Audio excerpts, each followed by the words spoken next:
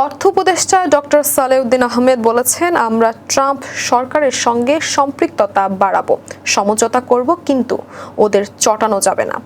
Trump সরকার ৩ মাস সময় দিয়েছেন, প্রয়োজনে আরও বেশি সময় চাইব। বুধবার রাজধানীর একটি অভিজাত হোটেলে জাতীয় রাজস্ব বোর্ডের পরামর্শক কমিটির ৫৪তম সভায় প্রধান অতিথির বক্তব্যে তিনি ব্যবসায়ীদের উদ্দেশ্যে এইসব কথা বলেন।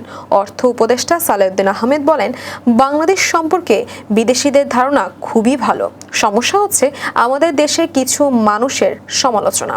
তখন প্রশ্নের মুখে পড়তে হয়, গঠনমূলক সমালোচনা করুন। বিশ্ব ব্যাংক আমাদের সঙ্গে আছে, IMF এর সঙ্গে সমঝোতা চলছে। উপদেষ্টা বলেন, চেম্বার সদস্যদের উদ্দেশ্যে বলতে চাই, আমরা ট্রাম্প সরকারের সঙ্গে আলোচনা করব, সমঝোতা করব, কিন্তু ওদের চটানো যাবে না। শুল্কের বিষয়ে আমেরিকা সরকার ৩ মাস সময় দিয়েছে, প্রয়োজনে আরও বেশি সময় চাইব। আমরা ব্যবসা বাণিজ্যের প্রসার ঘটানোর চেষ্টা করব।